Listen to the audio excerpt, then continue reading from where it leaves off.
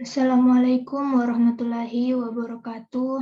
Perkenalkan, nama saya Aprilia Gita Wulandari dengan NIM E1B1200006 dari kelompok 11. Saya akan mempresentasikan materi dengan judul Candi Singosari. Saya akan mempresentasikan tugas ini sendiri karena rekan kelompok saya, yaitu Lini Susmala Sikone dan Rivaldi Teguh Erdiansah, sudah tidak aktif lagi mengikuti perkuliahan. Baik, langsung saja saya masuk ke pembahasan yang pertama, yaitu faktor-faktor non-fisik. Yang pertama yaitu sejarah. Candi Singosari adalah salah satu candi yang terkenal di Kota Malang. Candi Singosari termasuk salah satu candi bersejarah yang merupakan bekas peninggalan Kerajaan Singasari. Candi Singosari merupakan candi peninggalan Hindu-Buddha. Candi ini pertama kali ditemukan pada abad ke-18 pada tahun 1800 hingga 1850. Yang kedua yaitu geografi. Kecamatan Singosari merupakan salah satu dari 33 kecamatan di Kabupaten Malang dan memiliki luas wilayah 14.876 hektar dengan batas wilayah sebelah utara yaitu Kecamatan Lawang, sebelah timur Kecamatan Jabung, sebelah selatan Kecamatan Blimbing, Kota Malang. Yang ketiga, geologi. Keadaan tanah di wilayah Kota Malang antara lain, bagian selatan termasuk dataran tinggi yang cukup luas, bagian utara termasuk dataran tinggi yang subur, sedangkan bagian timur merupakan dataran tinggi dengan keadaan yang kurang subur. Yang keempat yaitu iklim. Terletak pada ketinggian 400 hingga 700 meter dari permukaan laut, Singosari beriklim sejuk. Rata-rata suhu udara berkisar antara 22,7 derajat Celcius hingga 25,1 derajat Celcius. Sedangkan suhu maksimum mencapai 32,7 derajat Celcius dan suhu minimum 18,4 derajat Celcius. Yang kelima yaitu religi. Perpaduan unsur agama Buddha dan Hindu menjadi tonggak pembangunan candi yang telah menjadi cagar budaya ini.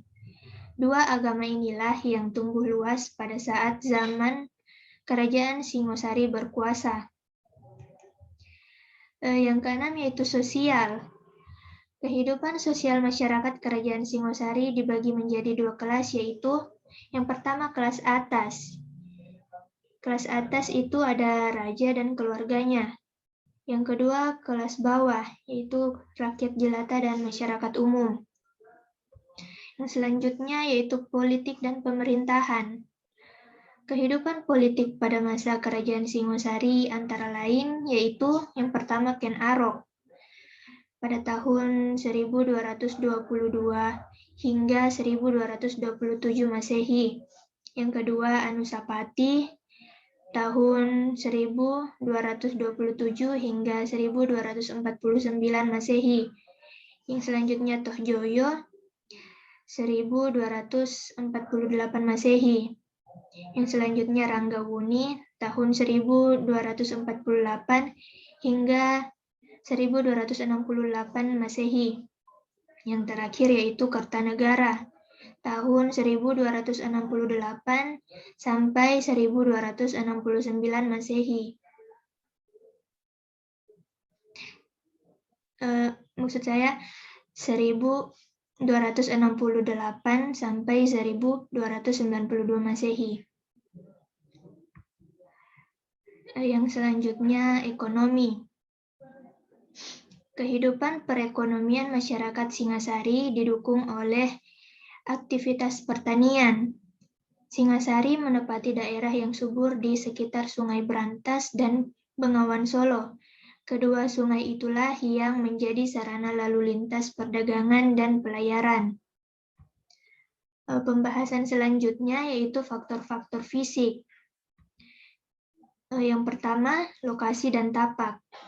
Bisa dilihat di sini adalah gambar dari lokasi dan tapak Candi Singosari. Candi Singosari berada di wilayah komplek percandian yang memiliki luas 200 kali 400 meter. Sekitar 300 meter ke arah barat terdapat dua arca dwarapala, yakni raksasa yang sangat besar sebagai penjaga pintu gerbang. Dua patung itu terletak secara terpisah sejarak 20 meter dan jalan raya berada di tengah-tengah mereka. Yang kedua adalah denah. Bisa dilihat di sini adalah gambar denah dari Candi Singosari. Kemudian ini adalah gambar dari Wastu Purusa Mandala.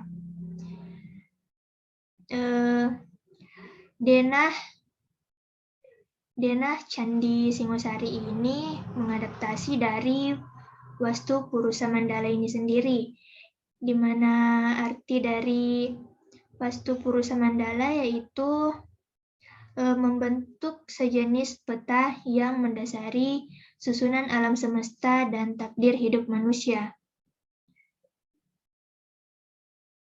Di bagian dalam candi terdapat sebuah ruangan yang digunakan untuk menempatkan sebuah arca, lingga, dan yoni. Sedangkan pada tiap sisinya terdapat arca Ganesha di sebelah timur, arca Resi Agastya di sisi selatan, dan arca Durga di sisi utara. Yang ketiga yaitu potongan. Bisa dilihat di sini adalah potongan dari gambar Candi Singosari. Di sini terdapat ruangan-ruangan untuk menyimpan arca dan menyimpan lingga dan yoni. Selanjutnya adalah tampak. Ini adalah gambar tampak depan dari Candi Singosari. Kemudian selanjutnya elemen terbaik. Saya mengambil lingga dan yoni sebagai elemen terbaik. Lingga dan yoni adalah jalur energi ilahi di tubuh manusia dan di alam semesta. Penyatuan lingga dan yoni melahirkan sesuatu yang baru, yaitu penciptaan. Perpaduan lingga dan yoni tersebut melambangkan penciptaan dunia dan kesuburan. Tanpa adanya penyatuan, tak ada generasi yang berkelanjutan. Yang keenam yaitu tokoh arsitek. Tidak diketahui siapa yang mendirikan Candi Singosari ini, tapi dalam catatan kepurbakalaan dicantumkan jika penemu pertama adalah Niklaus Engelhard yang menjabat sebagai Gubernur Pantai Timur Laut Jawa pada tahun 1801. Yang selanjutnya yaitu contoh bangunan yang mewakili. Saya mengambil contoh bangunan dari Candi Jago. Di era Kerajaan Singasari juga terdapat candi lain selain Candi Singosari, yaitu Candi Jago. Candi Jago didirikan pada masa Kerajaan Singasari pada abad ke-13. Candi ini berlokasi di Dusun Jago, Desa Tumpang, Kecamatan Tumpang, Kabupaten Malang, Jawa Timur. Arsitektur Candi Jago disusun seperti teras punden berundak. Yang kedelapan yaitu aplikasi kekinian. Saya mengambil bangunan Namdroling Nyingmapa Monastery. Namdroling Nyingmapa Monastery ini adalah pusat pengajaran terbesar dari aliran Nyingma dari Tibet di dunia. Terletak di Bilakupe, bagian dari distrik Mysuru di negara bagian Kartanaka, India. Bentuk bangunannya mirip dengan Candi Singosari. Kemudian saya juga mengambil bangunan Graha Maria Anai Velangkani. Bangunan ini adalah gereja Katolik bergaya India Mughal yang dibuka pada tahun 2005 di Kota Medan, Indonesia. Ini adalah referensi yang saya gunakan dalam menyusun tugas presentasi ini.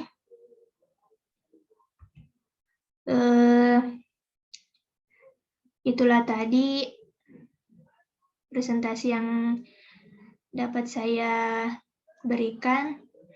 Kurang dan lebihnya mohon dimaafkan. Assalamualaikum warahmatullahi wabarakatuh.